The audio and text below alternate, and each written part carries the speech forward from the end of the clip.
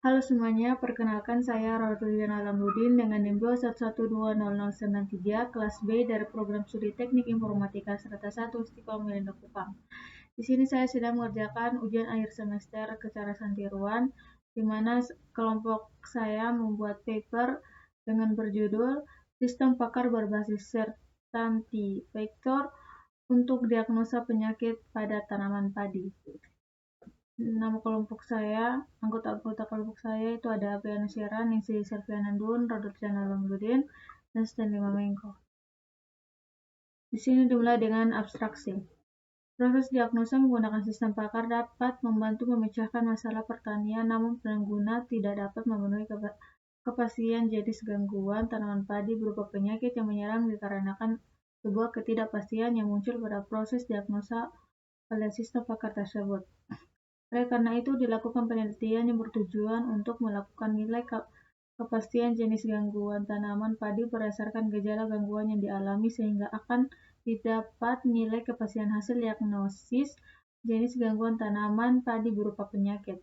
Metode yang digunakan untuk menentukan kepastian hasil diagnosis gangguan tanaman padi ini adalah certainty vector. Hasil penelitian ini adalah dengan digunakannya certainty vector pada sistem ini, maka didapatkan tingkat kepastian jenis gangguan yang menyerang tanaman padi berdasarkan gejala yang dialami. Kata kunci sistem pakar certainty vector diagnosis penyakit tanaman padi. Ini abstraksi dalam bahasa Inggris. Kemudian ada pendahuluan. Ini lihat saja. Kemudian ada tinjauan pustaka. Tinjauan pustaka di sini ada 7 sumber yang saya ambil. Nah, di sini ada certainty vector didefinisikan sebagai berikut. CF HE sama dengan MB HE kurang MB H titik H, E. Dengan CF HE sama dengan faktor kepastian. MB HE sama dengan ukuran kepercayaan terhadap hipotesis H jika diberikan evidensi E antara 0 dan 1.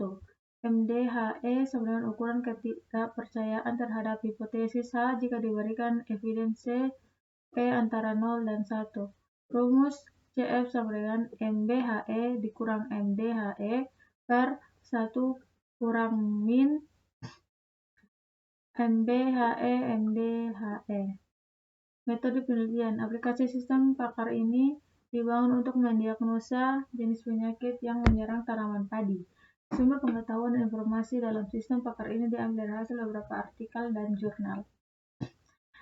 Gejala penyakit pada tanaman padi harus diketahui terlebih dahulu pada saat melakukan diagnosa jenis penyakit tanaman padi. Berbagai jenis penyakit tanaman padi yang menyerang beserta penanganan dapat dilihat pada tabel berikut.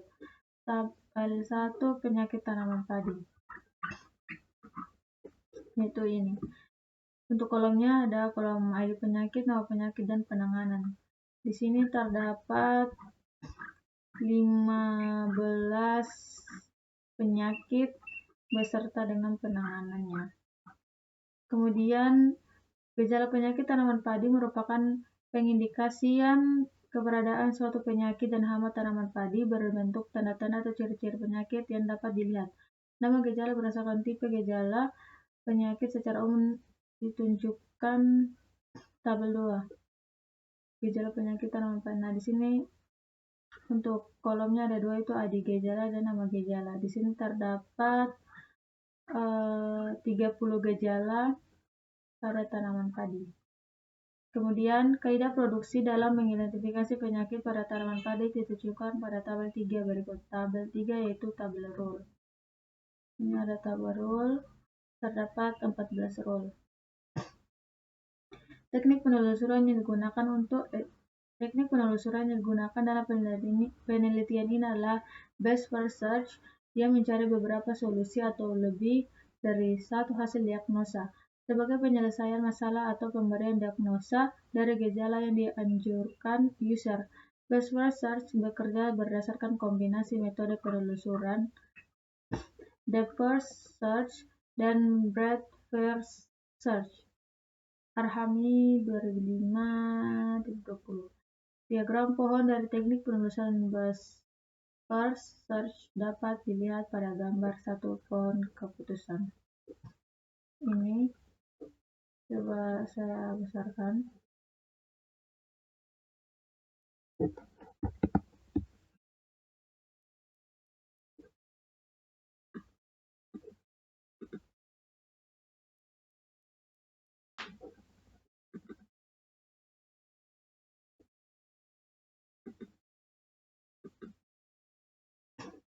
Ini adalah pohon keputusan, contohnya seperti ini.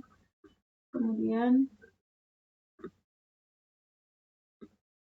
proses diagnosa penyakit di sistem akan ditelusuri berdasarkan fakta atau gejala, kemudian dicocokkan dengan rules berdasarkan metode certainty vector. Proses diagnosa sesuai gambar 2 berikut ini. Ini adalah gambar dari algoritma diagnosa penyakit, gejala. Nah, di sini mulai dari start, kemudian nanti masukkan gejala atau input gejala, kemudian sistem mengecek gejala yang diinputkan user untuk mencari penyakit yang sesuai. Kemudian ini ada rumusnya, CF sama dengan MB, HE 1 ini pangkat ya, pangkat E2 kurang MB, E1 pangkatkan E2. Output hasil diagnosa dan finish.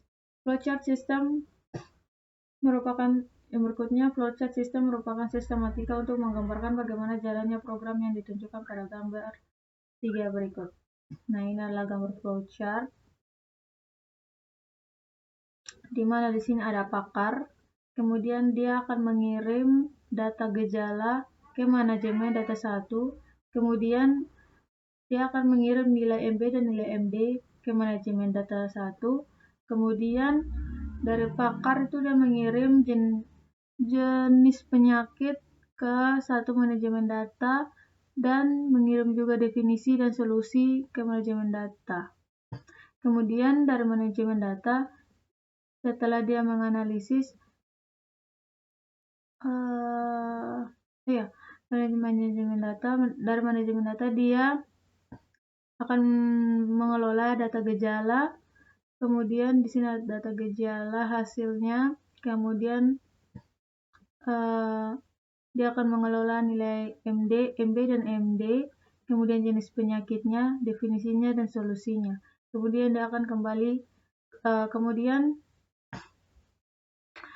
dia akan kembali ke pakar, belum kembali ke pakar. Dia akan turun ke diagnosa 2, di mana dia akan mengirim solusi, definisi, nama penyakit, nilai MB dan MD, dan data gejala ke diagnosa 2. Kemudian dari diagnosa 2 dia pergi ke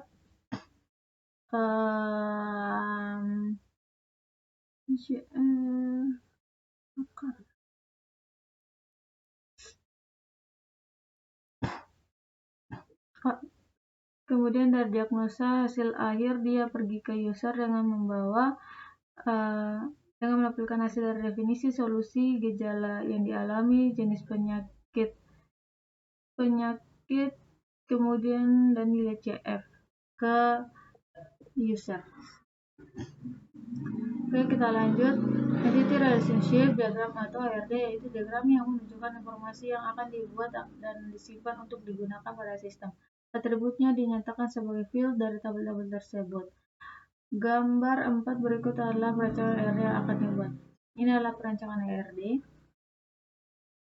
Maaf, gambarnya kecil karena juga ya, kecil.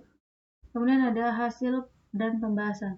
Tampilan aplikasi sistem, pakar menu, diagnosa, dan hasilnya terlihat pada gambar di bawah ini. Ini adalah gambar 1 from kelola gejala. Ini kita bisa menambahkan gejala di sini, yaitu ada ID gejala, nama gejala, nilai MB, dan nilai MD. Kemudian ada gambar 2 from penyakit, itu akan menambahkan hasil penyakit tanaman padi, yaitu nama penyakit, nilai CF, definisi, dan solusi. Kemudian adalah gambar kelola konsultasi, yaitu ID penyakit, nama penyakit, definisi, dan solusi. Dan akan menghasilkan. Kemudian di sini kita masuk pada perhitungan. Ini untuk notasi faktor kepastian dengan berikut. Kemudian kita masuk pada gejala 1, bercak coklat hitam muda sampai coklat kehitaman pada ruas malai. Nah, ini gejala satunya ada bercak coklat muda. Di sini saya tidak membuat tabel, saya langsung ketik begini saja. Gejala 1, bercak coklat muda sampai coklat kehitaman pada ruas malai, nilai MB-nya 0,8, nilai MD-nya 0,1, nilai CF-nya 0,4. Gejala 2, terdapat serbuk hitam seperti arang yang terdiri dari sporofor dan spora yang pada malai. Nilai MB-nya 0,8, nilai MB ditambah MB baru dikali 1 dikurangi MB lama sama dengan 0,8 ditambah 0,8 dikali 1 dikurangi 0,8 sama dengan 0,8 ditambah 0,16 sama dengan hasilnya 0,96. Nilai MB lama yaitu 0,8, nilai MB barunya adalah 0,8 dikali 1 dikurangi MB lama yaitu 0,8, maka hasilnya akan seperti ini.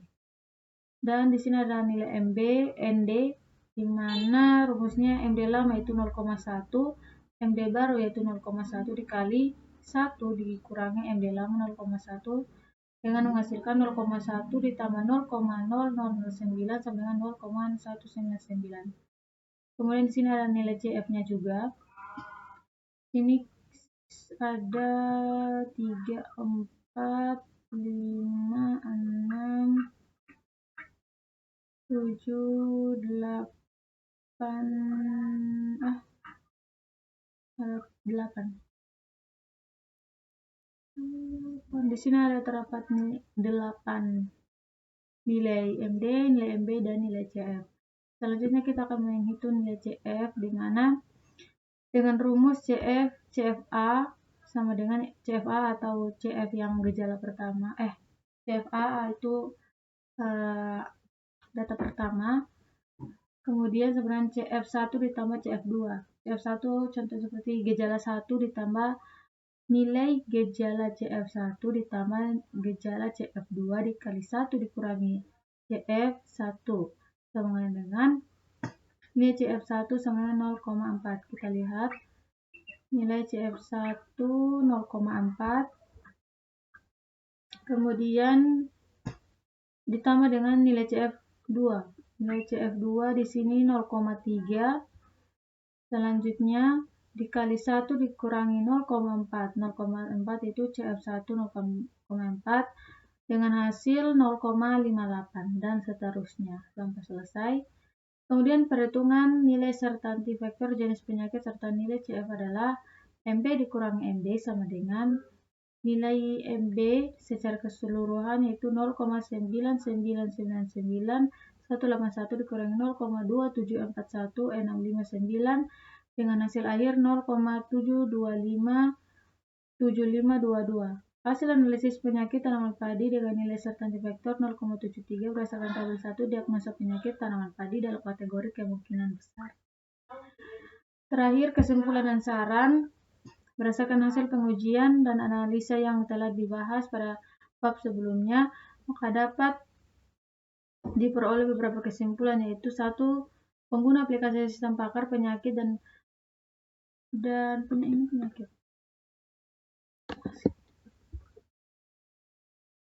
penyakit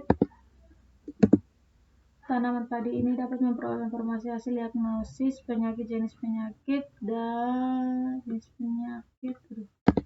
tanaman padi dengan pengendalian serta nilai serta antivektor untuk meningkatkan kepercayaan terhadap jenis penyakit yang menyerang. Kemudian yang kedua, hasil pengujian sistem secara garis besar sudah sesuai dengan data-data yang diharapkan, namun masih terdapat ketidaksesuaian antara data dan nilai serta antivektor.